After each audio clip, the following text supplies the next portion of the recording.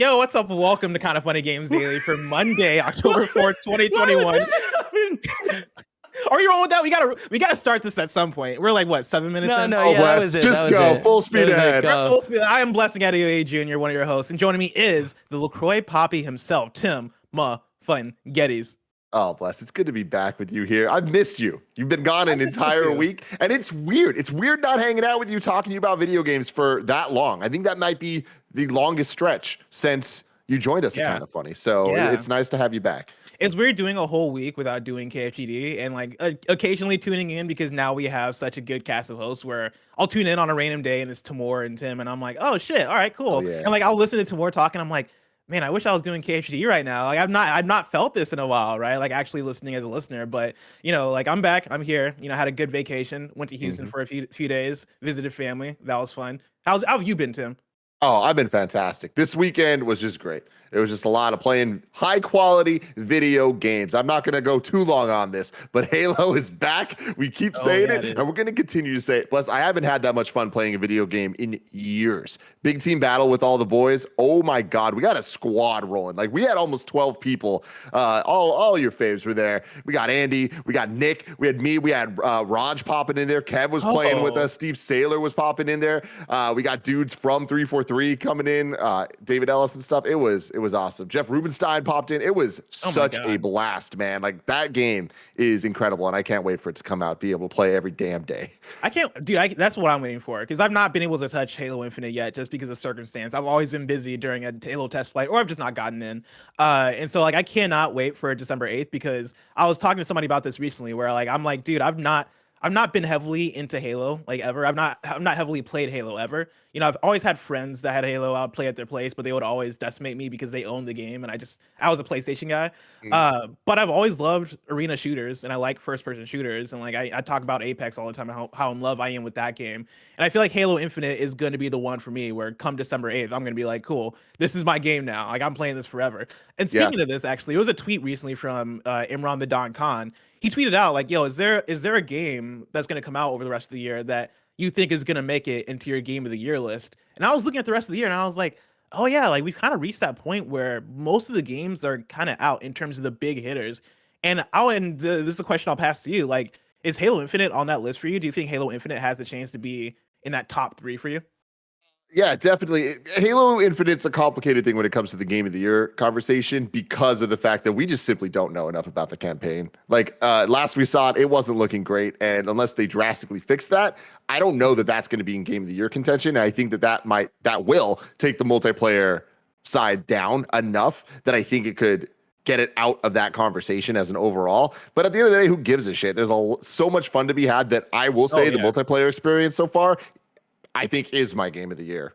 Like, I think that would take out Artful Escape for me. But that I need to see more. I want to see like the full kind of suite of maps and everything. But so far, how they've been rolling it out, every single thing that they've had, I'm like, this is truly incredible. They like managed to bridge the gap between classic Halo and modern Halo, plus making an entire new experience. Like, I am supremely impressed with what we've seen on the multiplayer side. That's awesome. Yeah, I saw the clip from Andy over the weekend too, where he grapples onto a moving ship and then hijacks it in air, and I was like, dude, I gotta play this game. I cannot wait for that to come out. And also, shout out to Forza Horizon. That's one that's coming out this year too. That I don't know if that's gonna make it at the top of my list, but I always love Forza Horizon when that comes out. And so this is another game I'm looking forward to as well. But Tim, Metroid Dread, I want to give a shout out to as well. We can't count Nintendo out ever. Never count Nintendo out. Let's keep talking about games that we're gonna be hyped for. Games like Illfonic's Ghostbusters game that seems to be coming up, Injustice 3, which might possibly be revealed soon, and more, because this is Kind of Funny Games Daily. Each and every weekday at 10 a.m. live right here on twitch.tv/kindoffunnygames. We run you through the nerdy news you need to know about. If you're watching live, you can correct us when we get stuff wrong by going to kindoffunny.com/you're wrong. If you don't want to watch live, you can watch later on youtube.com/kindoffunnygames, roosterteeth.com, or you can listen later on podcast services around the globe by searching for Kind of Funny Games Daily. To be a part of the show, actually, before I tell you how to be a part of the show, let me remind you that you can go or you can use your Epic creator code Kind of Funny on all Epic Store and Epic in-game purchases like Rocket League and like Fortnite to help support Kind of Funny. To be a part of the show, to patreon.com/kindoffunnygames, where bronze members or above get to write in, and silver members or above get the show ad-free with the exclusive daily post show. Housekeeping for you. Before I even get to housekeeping, let me switch to my actual glasses so I can read. Tomorrow, Andy and I are taking part in Panda's All-Star Nickvitational, a huge Nickelodeon All-Star Brawl tournament featuring a bunch of big YouTubers and streamers like Ovilee, Moist Critikal, Ludwig, and more. It's all to raise charity for the Breast Cancer Research Foundation, and we need your help. Competitors in the tournament and their communities have 1 week to raise money to bid on their favorite character. That's based on the money that you donate. Right now, you can go to kindafunny.com/bless and kindafunny.com/Andy to donate so that we can have enough money to bid on the character of our choice. Spoilers, I really want Toph from Avatar. We're going to talk a little bit about that later because Toph was just revealed. That's my favorite Avatar character. I really want to use Toph in the game. So help me out. Go to kindafunny.com/bless, donate. And remember, all that money goes to the Breast Cancer Research Foundation. We're killing it. Last Friday, we raised I think almost $2,000 for it. So, oh yeah, good job, guys. Keep killing it. Good job, everybody. Remember, you have 24 hours to make that happen still because the tournament is happening Tuesday, October 5th. That's tomorrow at noon Pacific time on twitch.tv/Panda Global. If that's not enough blessing content for you, this week you're getting another episode of The Blessing Show. That's my monthly show where I break down a hot topic for you in video games. I'm not going to spoil what this week's episode is about. I'm just going to say that this month's episode is loopy as hell. That's all I'm going to say. It's loopy. Ooh. Make sure you check that out this Thursday on youtube.com/kindafunnygames. And the first episode of the Arkham Files, a Kinda Funny Games miniseries where Barrett looks back at what makes each of the Batman Arkham games so special, premieres next Monday, October 11th on youtube.com/kindafunnygames at 2:30 p.m. Pacific time. Join Barrett in the live chat and talk with him about why Arkham Asylum is still a masterclass in design. It's a good couple of weeks for you if you're into that hot, kind of funny video essay content. Yes. Real quick, I want to just slide in one last thing. Tomorrow, 7 a.m. Pacific time, we will be reacting to the final Super Smash Brothers Ultimate character announcement and just update in general. I'm so excited. Where you at with that? Like 10 out of 10 hype. 10 out of 10 hype. I can't believe it. I'm emotional about it. I can't believe this is the end of an era. I really, really, really, really hope that it is either Crash Bandicoot, Master Chief, or Sora. Those three would be my 10 out of 10 Sakurai, you fucking did it picks.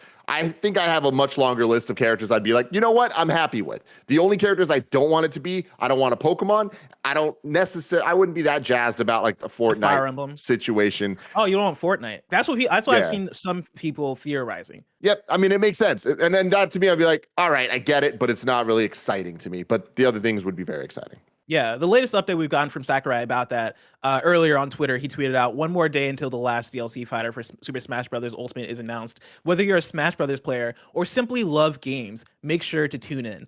And that gets me excited because that makes me think that it's not going to be what you think of typically as like a Nintendo, like a Fire Emblem or Pokemon, like a typical Smash Brothers character. I'm thinking we're going to get something that's big for video games, period. The other thing that I just want to put this out in the world, I would be pretty excited if it wasn't some third-party character, even a first-party character. It was something that is just celebrating video games that is weird, like an N64 controller or something like something super random. But Sakurai knows what's up. I would like something. I mean, to that point, I would like something that is like Game & Watch adjacent, where it is. Oh, this is a specific era that like this is a dumb idea, but like what if it was like the Nintendo card game that like launched them into like making games, right? Some stupid shit like that where it's like, oh shit, I did not see this coming, but this is cool because it celebrates this era of Nintendo or this era of video games. It could be cool to get something like a Doom guy because I think that would represent like the early FPS era pretty well. Like I think there are a lot of good directions you can go with that. I just hope that it's something hype and exciting. I would like Sora. I think Sora would be really, really cool. Could it be the is it Master Hand? Like my god, the bad guy that we've played for so many of these. Yeah, totally. That'd be insane. Give me Glover. Right, Glover. Glover is an alt. Glover. Oh my god, you have to love it. Thank you to our Patreon producers, Pranksy and Blackjack. Today we're brought to you by DoorDash, Honey, and American Giant, but we'll tell you about that later. For now, let's begin with what is and forever will be the Roper Report. It's time for some news. We have 6 stories today. Baker's dozen. Starting with our number 1. Of course, it's October. It's Donktober. It's my favorite month of the year. We got to start things all spooky. Let's talk about Ghostbusters being the next game from Illfonic. This is from Chris Capel at PCGamesN. Illfonic, the developer behind Friday the 13th, the game, and Predator Hunting Grounds, is apparently working on a Ghostbusters game as its next big franchise title. The most recent game in the franchise was 2019's Ghostbusters, the video game remastered, and that was a re-release of a 10-year-old game. So fans are long overdue for a new one. This news comes thanks to Illfonic's co-founder, Raphael Sadiq, who let it slip during a recent podcast interview. R&B artist Sadiq is mostly known for his music, about which he was interviewed for the podcast Questlove Supreme this week. Around the halfway point, the discussion brought up his involvement in Illfonic, and when asked about the studio's games, Sadiq says about Friday the 13th, Predator, quote, "and we're working on Ghostbusters right now," end quote. Sadiq didn't elaborate further, but it's worth noting that Ghostbusters is owned by Sony. Not only was Predator Hunting Grounds published by Sony, former Sony Interactive executive Gio Corsi joined Illfonic as chief product officer in January 2020, promising, quote, "big, exciting times ahead," end quote. Predator was released on both PC and PS4, so there's no reason to suspect Ghostbusters wouldn't be on PC too if it happens. Now, Tim motherfucking Geddes, of course, I have you here. You know, we have a whole episode of KFGD to talk about video game news and talk about what this Ghostbusters video game means. But I'd be lying if I said that the first person that didn't come to mind if I was to bring up both Ghostbusters and Illfonic and Predator Hunting Grounds and Friday the 13th wouldn't be, of course, the host of PS Love You, Greg Miller. Greg, how's it going? It's great, Blessing. I'm turning on the camera. Kevin, the real king of Halloween, is here, ladies and gentlemen. It's me. It's Greg Miller. All right, I'm running OBS in the background because I was doing this. There we go. Real king of Halloween, Greg Miller. There we go. Gentlemen, how are you? A big, huge day for us, of course, in the Ghostbusters fandom. Here we are, Blessing. First off, I love your suit. I like that you're here to support me as King of Halloween once again, wearing a Spirit Halloween suit. That's very nice of you. It's weird that, it's interesting you're doing that, especially with Janet coming on so strong to try to take my throne as King of Halloween, as she did on Kind of Funny Games Daily last week. You know what I mean? It's interesting you're here really late to the show doing that. I see. This is wild because I didn't realize it was a throne. I just love Halloween. That's why I dress this way. I didn't realize that we're competing for anything. Well, I'm surprised you put on the color orange in the background, not, purple and green, just to stick with that one. You know what I mean? I mean, those are Halloween colors. Green is a Christmas color. Everybody knows this. All right, well, diverting back to the news, ladies and gentlemen, Ghostbusters Illfonic. Are you fucking kidding me? Let's go. Let's fucking insane, go. Greg. Like, Bless was just saying, like, this is the most Greg Miller thing ever, because, like, you've loved the Friday the 13th games, Predator even more so, and now a Ghostbusters game, and, like, just thinking about it, it makes so much sense with that type of asymmetrical gameplay, where it's like the teams against people. It's like, cool, PvE shit, you got the ghosts happening, you got a team of 4 Ghostbusters having to work together to trap them. Like, what? That's what gets interesting, is when you stop to think about what this game will be. The article you're reading from, of course, referencing Ghostbusters, the video game, the remastered version of it, but, what was the Ghostbusters one from Terminal Reality back in the day. And if you were to talk about, what do you want from a Ghostbusters video game nowadays, I don't know if I would have a good answer for you, right? Like, obviously, we're on the cusp of Afterlife coming out in November, hopefully reinvigorating the franchise for a number of people. So then you get into, all right, what would a video game for Ghostbusters look like? And after getting, Ghostbusters, the video game, and remastered, whatever you want to call it, like, I'm not hankering for another one to run out and be Ray, Egon, Pete, and Winston, right? Like, I don't need that necessarily. So it does lead you into this, all right, well, what would you do? And I think you look at Illfonic's track record, you look at how they've handled Friday the 13th, how they've handled Predator, and then if they were to take on Ghostbusters, that gets super interesting really quickly, right? Because I think when we talk about when we would go and play Predator, right, we'd have all those awesome streams and Let's Plays. It was Snowbike Mike and Nick coming up with, what were Chad or whoever the hell their characters were, and they had a whole backstory for Brody and all this stuff that they would go off and do. And that was fun and that was cool, but it still was generic characters you were running through the jungle with, right? So if they're gonna go and tackle Ghostbusters, I get interested of, okay, cool. So I would assume then it's similar, that we're taking the standard template Ghostbusters they have and then playing as them, and then either unlocking, right? Predator is so big on going through, and as you play, taking in the credits you've earned to get new paint styles, to get new weapon skins, to get new outfits, to apply those to Ghostbusters, I think goes pretty easily, right? Of like, you create your character, and then it is your, are you wearing the traditional Ghostbuster suit? Are you wearing a Ghostbusters 2 suit? Are you wearing a real Ghostbuster suit? Are you creating your own suit as you go and do that? What do the packs look like? What do the powers look like? Obviously, you know, I think so many people have the vision of what Ghostbusters is in their head from the '84 film, but I think in a film, in a thing like this, where in a time like this, where people understand customization options, that gets really interesting. And so then the other flip of it, though, is that okay, cool. So we're talking, you know, asymmetrical gameplay, which has always been before. For Friday the 13th, one person was Jason, the rest were counselors. Predator, one person was Predator, the rest were the soldiers out there trying to do their thing. I wonder in a Ghostbusters game how that works, because does it become that cool? There are 4 Ghostbusters and then there's one ghost? Is it that there's 4 Ghostbusters and then there are multiple ghosts that are people? Is it 4 Ghostbusters and then there's no human being a ghost? That I don't buy. I don't buy. Maybe there's a mode similar to a Left 4 Dead or Back 4 Blood right now, but I would think if you're Illfonic, you want to keep that party atmosphere going where it is constantly, there's a group of Ghostbusters and then either one ghost who's maybe like a Gozer or a Stay Puft, or you'd probably toy it around, but I mean a bigger ghost than what a normal little ghost would be. You're that person, and then the customization options for that, and then running it gets interesting. And yes, Tim, as you said it, this is obviously a game so designed around me, right? Like I loved Friday the 13th. And it was funny over the weekend when this popped and I tweeted about it. I think so many people are either new kind of funny fans or know me from something else, maybe than Let's Plays or whatever. And we're like, I got excited for a Ghostbusters game. And then I looked at this developer and like Friday the 13th and Predator. And I'm like, yo, shut the fuck up. Those games are so much fun. Are they 10 out of 10s? God, no. But like, Friday the 13th, I played nonstop and I had so much fucking fun with. And what I've always gone back to when I talk about Friday the 13th, because I knew that franchise so well, and Predator less so, but I enjoyed and saw it, but didn't understand it the same way, was Friday the 13th, the fan service. That's what Illfonic fucking nailed about Friday the 13th, where it was they went and got Tommy Jarvis, a voice actor, to come back and be that guy. They went and got like the cabins. When me and Jen were watching it that Halloween, where we watched every Friday the 13th while playing that game, it was crazy for me to be like in Friday the 13th 4 or 5 or whatever the fuck it was. Well, I don't remember. And I'm like, oh my God, this is the cabin I play in the game. And like, I know this cabin in the movie from the game so well, but it turned out that they took the movie cabin and put it there. To think about what a firehouse would look like for that way, to think about what New York in general, what the Ecto 1 would look like, you start getting into really cool, interesting concepts, and let alone what the pack would feel like, what the Proton stream would look like.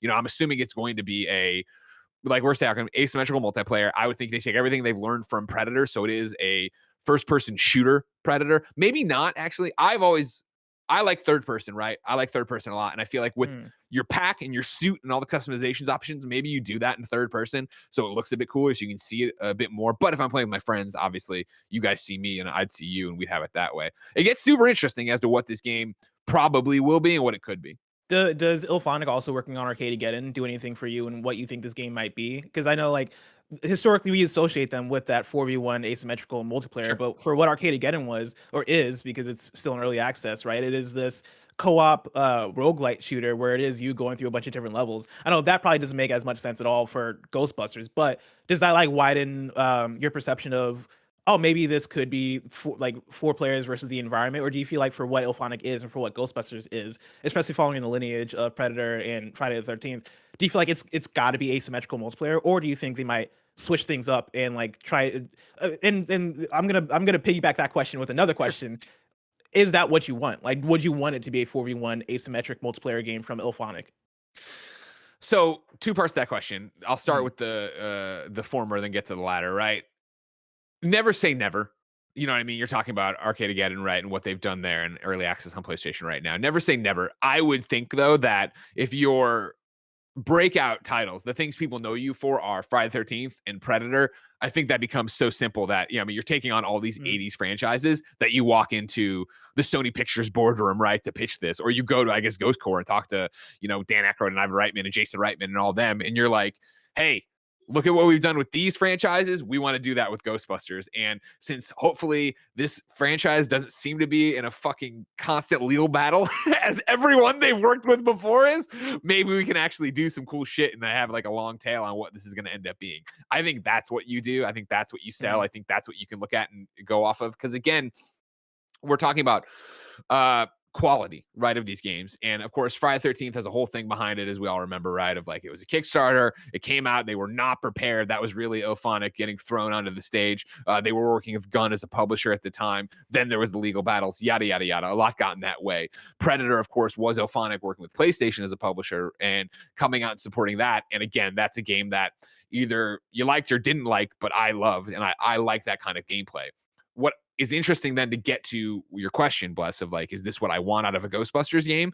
I would say yes. And I say that because I've gotten, during the dark times when it seemed like we were never getting another Ghostbusters movie, I got Ghostbusters, the video game. I got a Ghost, which is all intents and purposes, Ghostbusters 3. I got to see in my medium, right? And it's, how weird my life is in Ghostbusters and video games, right? But like, I got to see in my preferred medium, the franchise that got me into video games for the last time as it was, right? That's Harold Ramis's last performance as Egon Spangler. That's the last time you see the boys in gray suited up together, ready to go do something.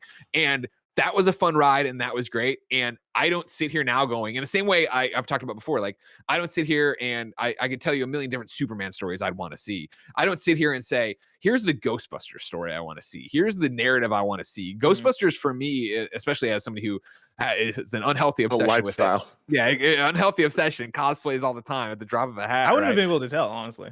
Yeah, I'm sure I hide it very well. I hide it very well. One of the fantasies of Ghostbusters is the fact that anybody can do it. Anybody can cook.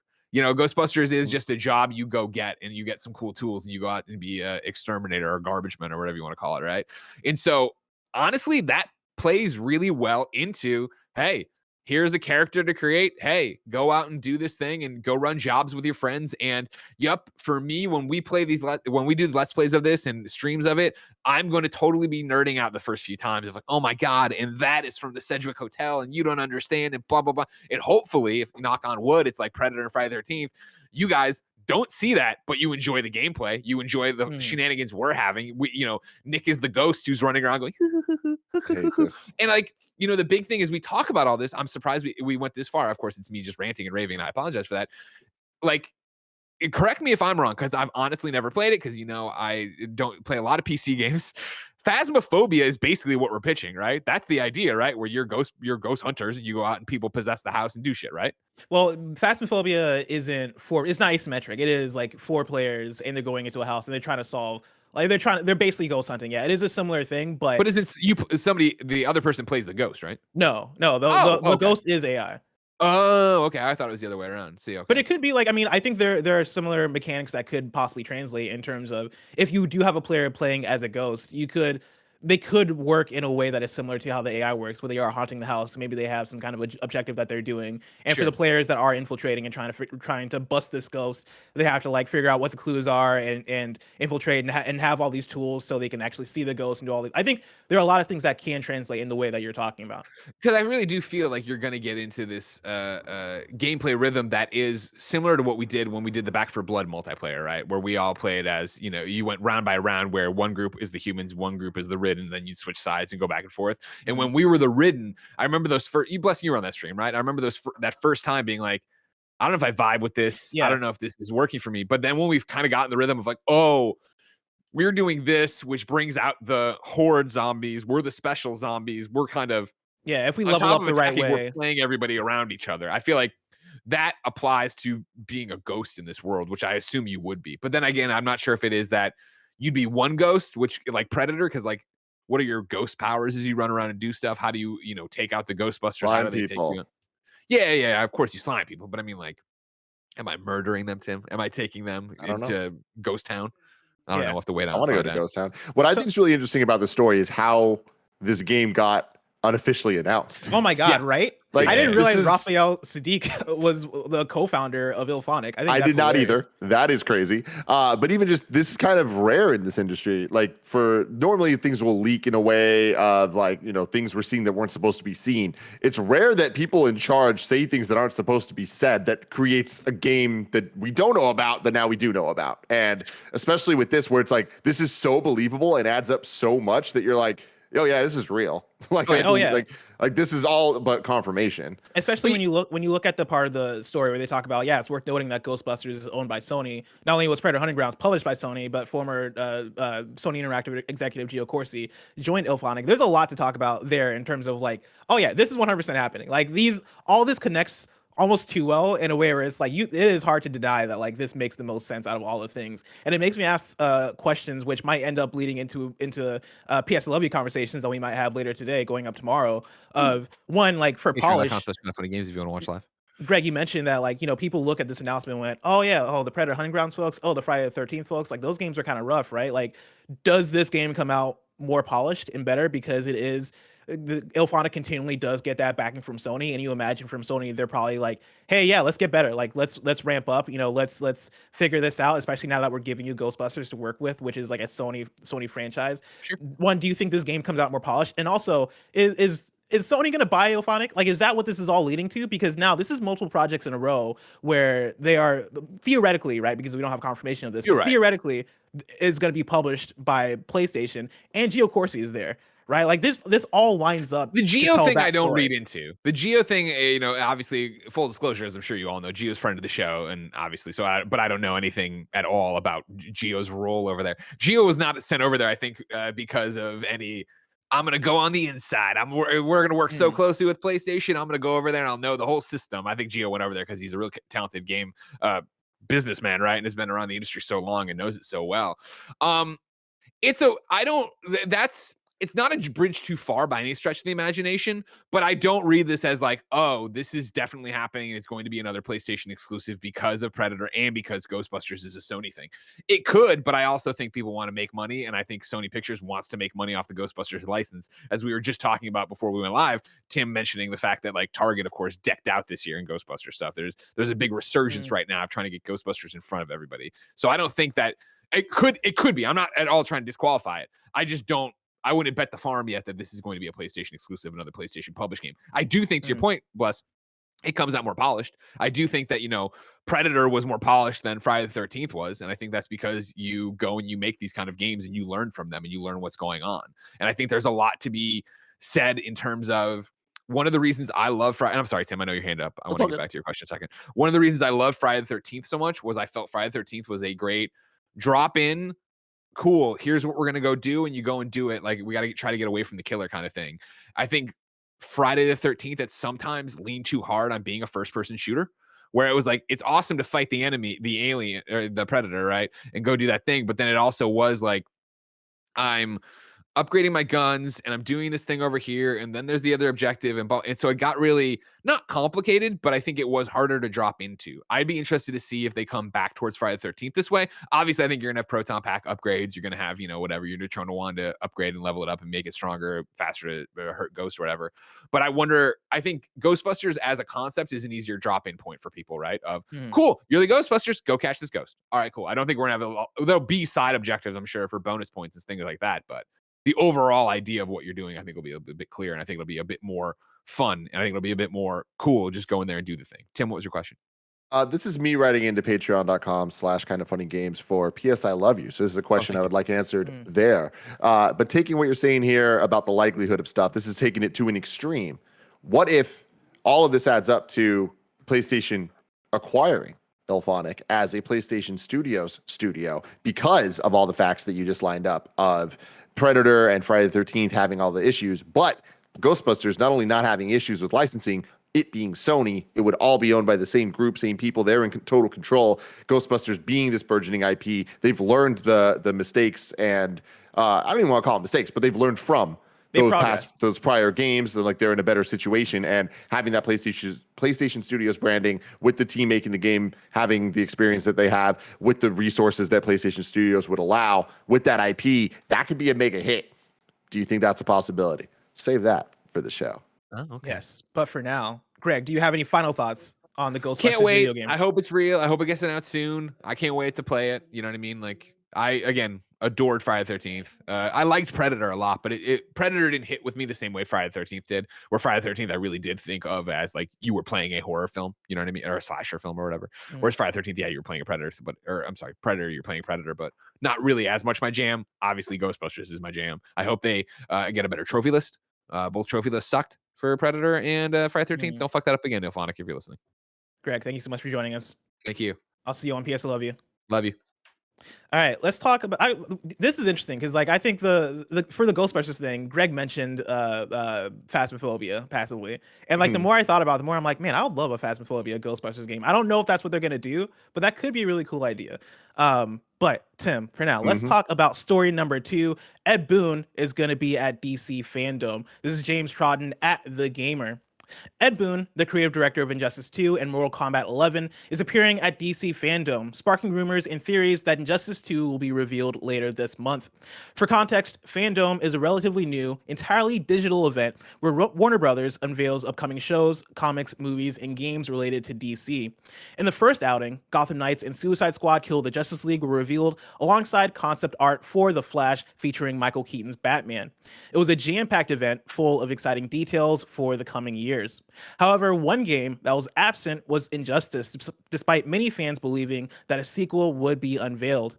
Since then, developer NetherRealm Studios has announced that it is finished with Mortal Kombat 11, having launched its final DLC and the Ultimate Edition, leading to copious amounts of speculation regarding its next game. There have been leaks abound for a while, from the roster to the launch date, 2022, but nothing has been officially confirmed. Yet, with Ed Boon's appearance at Fandome, many believe that we'll find out more soon enough. Tim GIBiz, do you believe it? Do you think we see Injustice 3 at Fandome?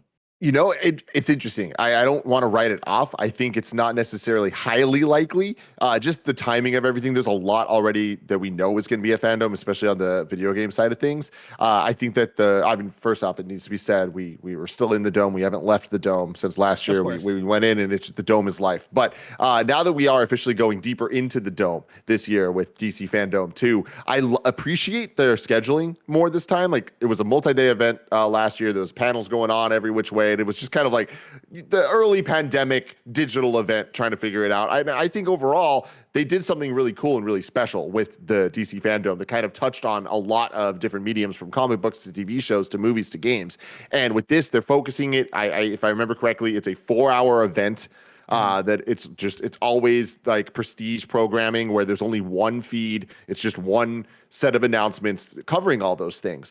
So with that, we already kind of have a lot filled in of those 4 hours of what to expect. So adding more surprise announcements is not necessarily something that I'm expecting, but I wouldn't be surprised about this. Now, Injustice 3, I fucking love Injustice. I love NetherRealm. Their fighting games are so fantastic, especially when it comes to the single-player campaign. They're unmatched, in my opinion. And anything they put out, I'm going to play through the campaign just because it is so high quality and there's so much love and care put into it, even if I don't necessarily care that much about the IP. I will say that Injustice 2, I'd be fine moving out of that world. Like, we saw the DC things done extremely well. So I would prefer to see something new, especially with like a lot of the conversations about the dream idea of a DC versus Marvel game. That would be so much more exciting to me. I can't imagine they're going to announce that. I mean, I don't think we're there in the world in terms of companies playing nice with each other. But I don't know, man. Injustice 3 would be one of the less exciting announcements for me in terms of what NetherRealm could be working on. Having said that, I'd be very excited because I love NetherRealm and I want to play whatever it is they're working on, and I'd rather them announce it sooner because that means I get to play it sooner. Yeah, that's the interesting place where I think they find themselves in, where NetherRealm, they put out such quality games and put out some of the best fighting games in the market right now, right? And they have that back and forth between Mortal Kombat and Injustice, and they've had that for a while now, right? It's been 5 games, maybe 6, and maybe more if you count Mortal Kombat versus DC. They've been doing that for a while, over the last decade, honestly. Over a decade, yeah. Yeah, and it's awesome. They've refined it, and they're putting out banger after banger after banger. But I think I have hit that place where I am like, all right, cool. What if NetherRealm did a new IP, or what if they found like a different IP, right? Like, they're so talented in what they do, and Mortal Kombat is so good. And Mortal Kombat is one that I forever want them to continue making, just because I'm such a big fan of Mortal Kombat. But to your point, I do think it's easy for that back and forth to kind of get stale when it is like, cool, you guys have figured this out. We know what a masterclass Injustice game looks like. We know what a masterclass Mortal Kombat game looks like. And I think there's always that desire to see a studio like that do something new and make a masterclass in something that is different from what they've done before. That said, if we saw Injustice 3, I'd be super hype for it. You know, I think we're in the same spot. Yeah. Where it's like, oh yeah, it'd be like Naughty Dog announcing the next Uncharted, where I'd be like, oh yeah, let's fucking go. Like, I'm gonna play the hell out of a new Uncharted. I want to see more from you. I want to see something fresh. But of course, this is gonna be polished and dope. And so yeah, it's hard to even get mad or even disappointed by it, right? I think we're no matter what it is, we're gonna be excited. I just hope they announce it, because it's been a while now since we've gotten a new game from NetherRealm, like a brand new game. I loved playing Mortal Kombat Aftermath last year, and for anybody who played Mortal Kombat 11, if you haven't checked out Aftermath, for sure check out Aftermath, because that is more than DLC. It is essential. It is part of that core story. And playing Aftermath, dude, like was such a good time. But I think it's in terms of their release cadence, it's about that time where they're ramping up to put out something new. And so I hope we see it. I know there have been reports recently about, because of WB and WB Games and Discovery and all this stuff, you know, that apprehension that may be going on internally in terms of releasing a new Injustice game because of IP and because the uncertainty of, you know, is NetherRealm going to be under WB for the long run? But with them showing up at DC Fandome, I would think that maybe that is left behind. And Tim, correct me if I'm wrong, the WB Discovery stuff, that's been settled, right? Is there still ongoing talks with that? Kevin might know as well. Oh yeah, it is. I mean, it's settled. I mean, like okay. It is settled. What it actually means for a bunch of different companies and stuff, we don't know, but they know. Okay, that's what I thought. Yeah. And so we'll have to wait and see on that one. But for now, let me remind everybody that you can go to patreon.com/kindoffunnygames, where you can get the show ad-free. And speaking of ads, let us tell you about our sponsors.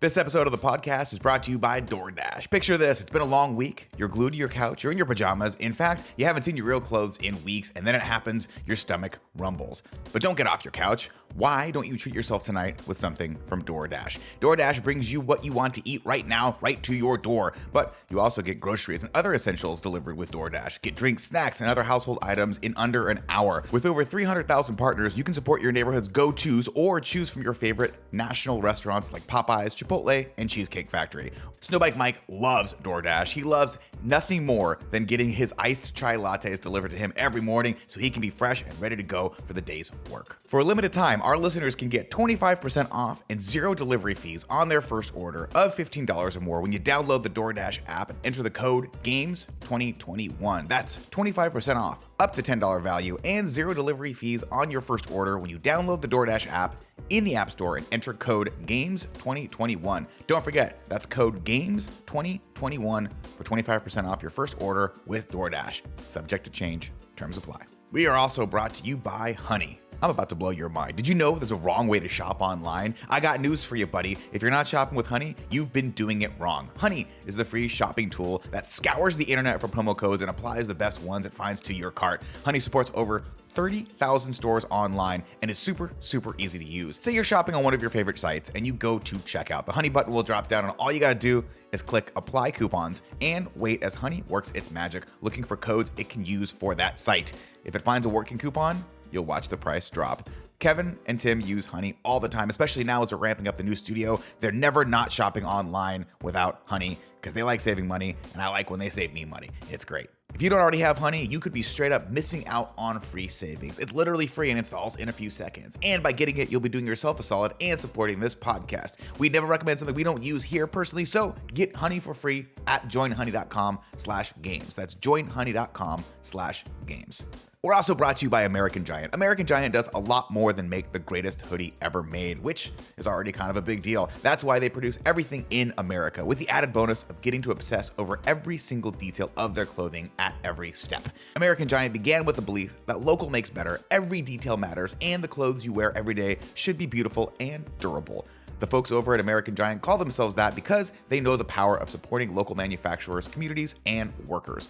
Tim is a hoodie fanatic and he swears by these American Giant hoodies. He loves this company and you will too. But hey, guess what? They didn't stop at the greatest hoodie ever made. They expanded well beyond it, continuing to revolutionize your everyday wardrobe and leaving things better than they were before. Explore American Giant's collection of durable essentials at american-giant.com. And you get 20% off when you use the code KFGD at checkout. That's 20% off at american-giant.com, promo code KFGD. And we're back. Story number 3. Capcom says it'll make PC its main platform going forwards. This is Andy Robinson at VGC. Capcom intends to make PC its main platform in the coming years, it said. Wait, Oh, Haruhiro, kept me good? yeah, I meant to hit studio. It doesn't matter. Don't worry. It's all It's all good. Haruhiro Tsujimoto, who told Japanese publication Nikkei that the Resident Evil and Monster Hunter firm, quote, will mainly focus on PC software going forwards.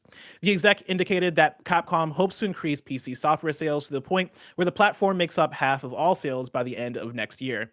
Quote, PC is driving global sales, he said. We have recently stated that we will make the PC our main platform. At this year's Tokyo Game Show, we focused on exhibiting the PC version of Monster Hunter Rise, and I think people will be able to experience the change in our approach, end quote. Tsujimoto went on to suggest that the focus on PC was in reaction to both an increase in digital sales of legacy titles, quote, Resident Evil 7 still sells over 1 million copies a year, he said. Damn. Yeah, and a rise in Japanese PC use during the pandemic.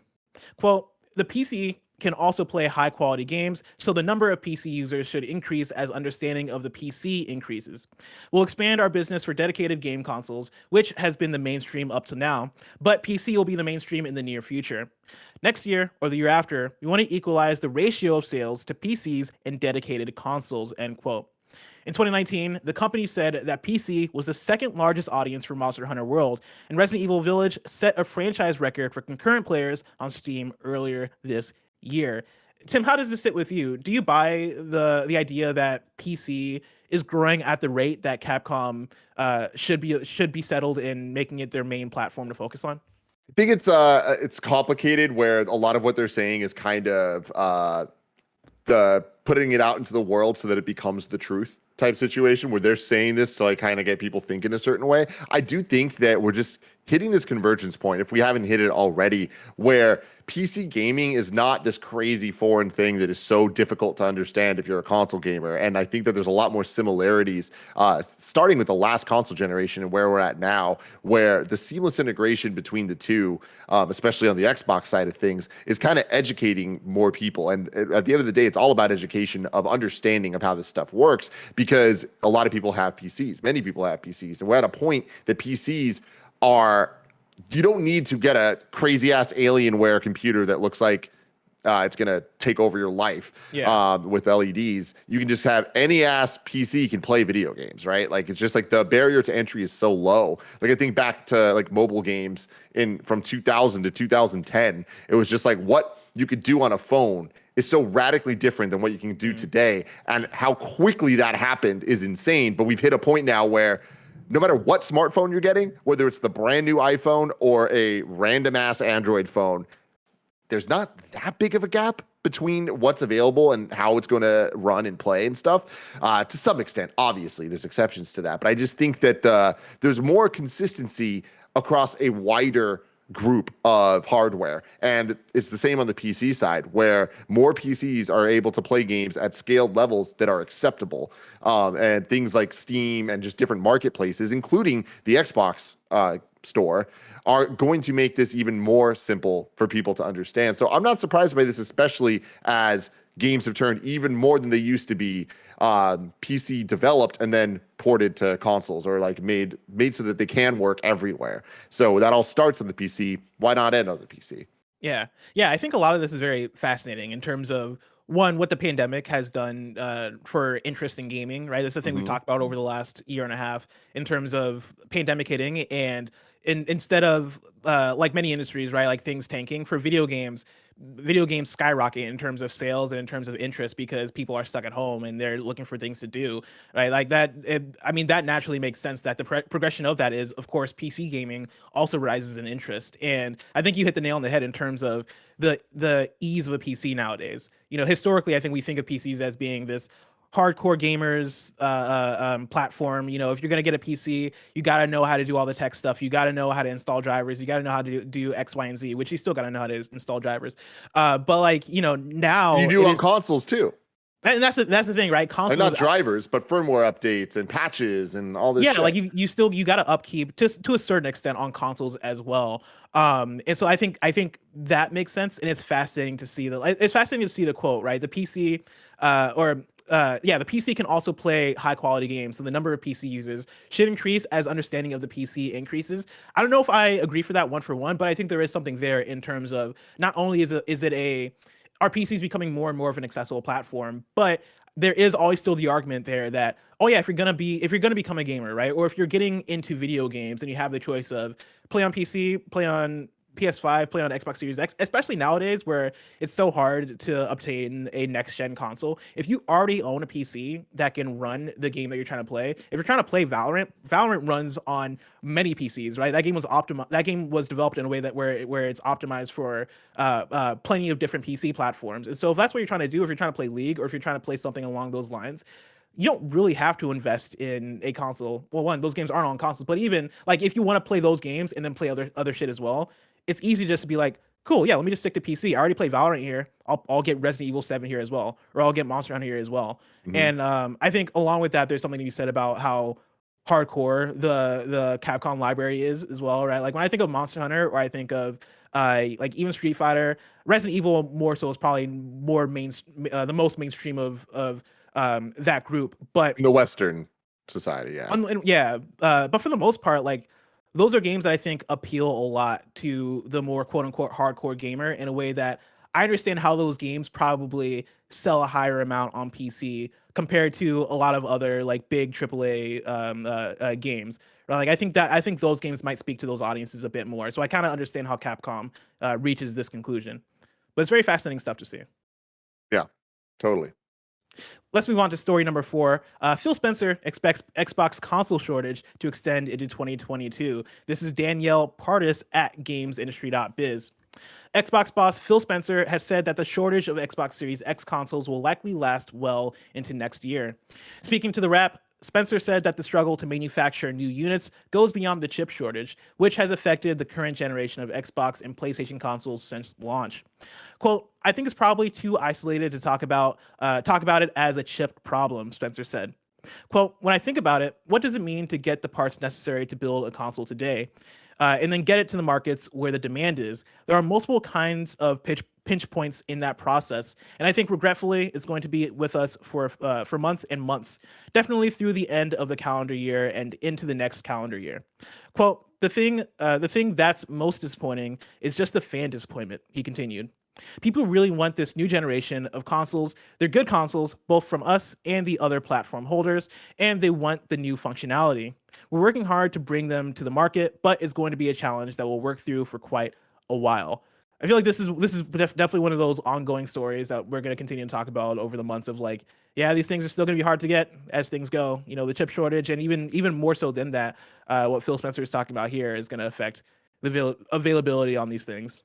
Yeah, man, it's a bummer. I really wish that this would be over because I would love to see what a thriving new generation would look like of games, right? Like imagine if this pandemic didn't happen. What would Xbox's lineup look like now? What would PlayStation's? What would they in 2 years? Like it's so interesting to do the what if for the what if. Yeah, especially when you think about how it's already been a banger generation, especially on the PlayStation side where we've gotten multiple big first-party titles. You know, we've gotten Ratchet, we've gotten Deathloop, we've gotten Returnal, we've gotten Spider-Man Miles Morales, we've gotten Demon's Souls. Like, compare this last year of content to the first year of the PS4, and it's a banger. You know, even on the Xbox side, you know, like on the PS3, right? Like, and even when you look at the Xbox side, I know there's probably not as much to talk about in terms of big first-party releases, but you're still getting a lot of great third-party games, and you're getting Xbox Game Pass straight up like destroying anything in terms of the first year that we got on the Xbox One,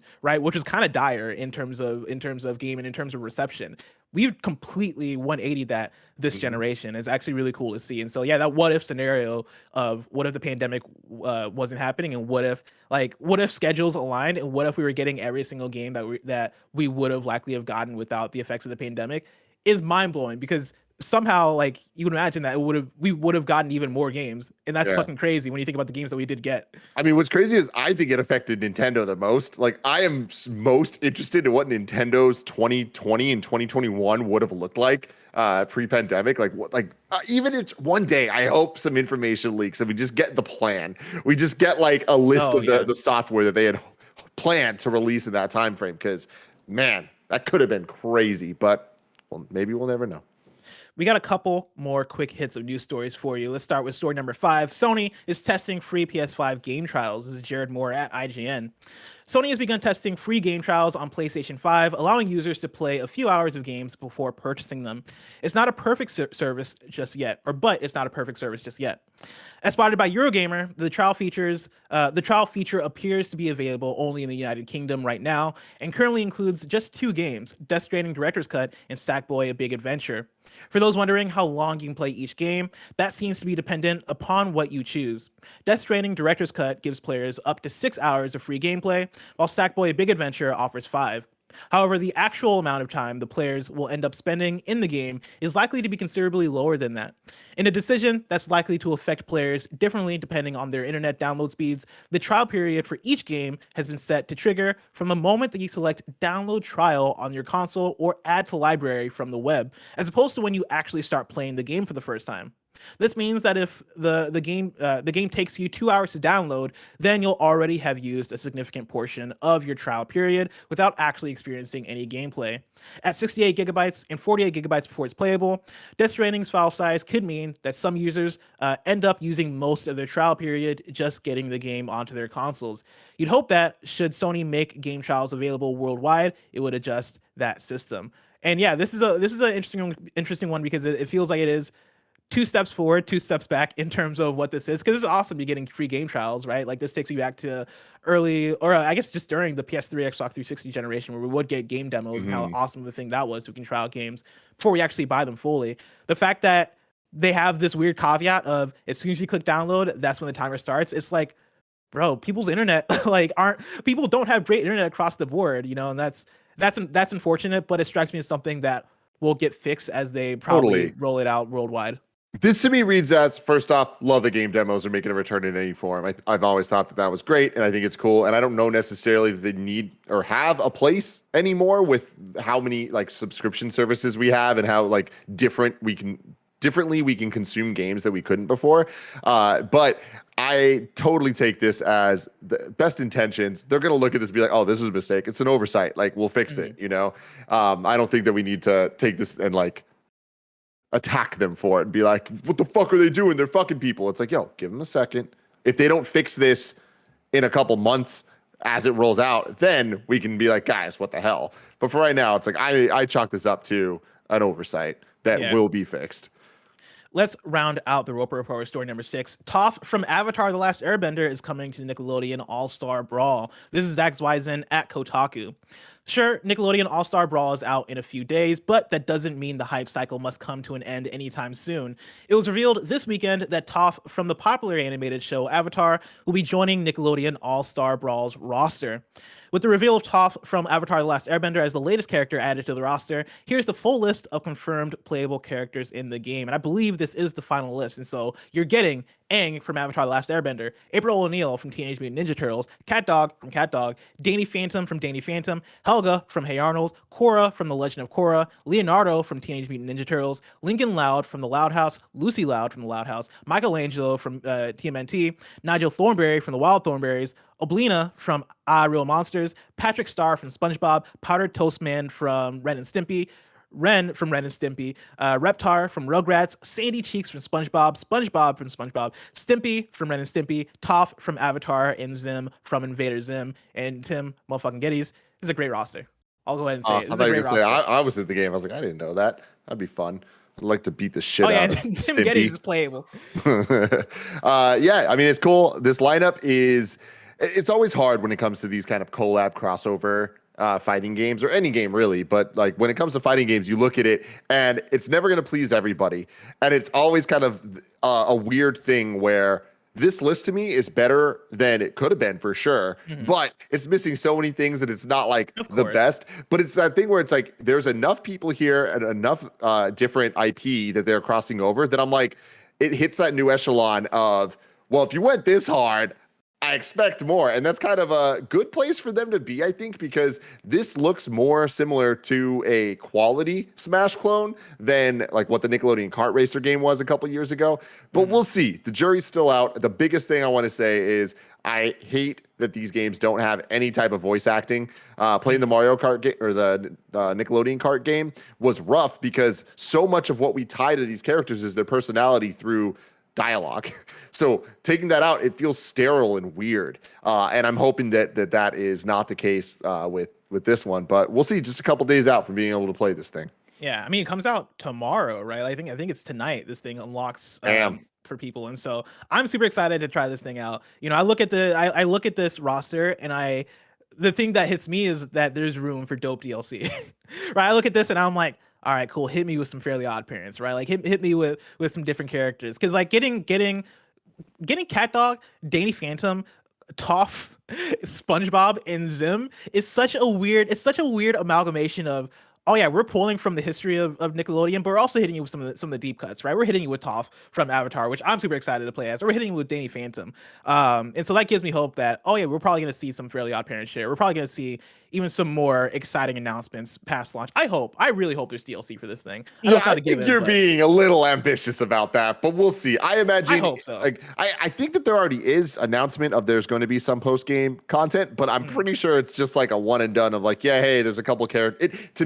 I would expect the DLC to be more, we couldn't get it done before the game's out type DLC, sure. as opposed to we're supporting this thing after launch for years to come with challenger packs. You know, like, well, unless it's great, I just don't expect it to be great. Fingers crossed. I want more Smash type games. I would love them. I've always loved them, whether it was the Onimusha one or the Ninja Turtles one, back on the Shrek one, the Shrek one, all those games, man. I played them all. And PlayStation All-Stars Battle Royale, all that stuff. None of them got the stuff. So hopefully this one's got the stuff. Tim, I can't wait to see what Nickelodeon Challenger Pack 1 looks like, but that's probably just so far away. If I want to know what's coming out to mom and drop shops today, where would I look? The official list of upcoming software across each and every platform is listed by the Kinda Funny Games Daily Show host each and every weekday.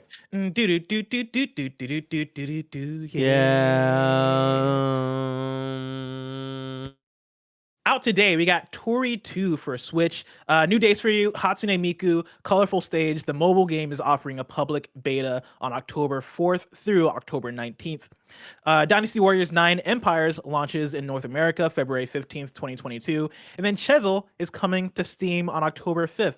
Tim, what do you think Chesil is? Chesil is a mix of chess and pretzels. You play one side with chessboard and the others, or chess characters, and the other side anthropomorphic pretzels.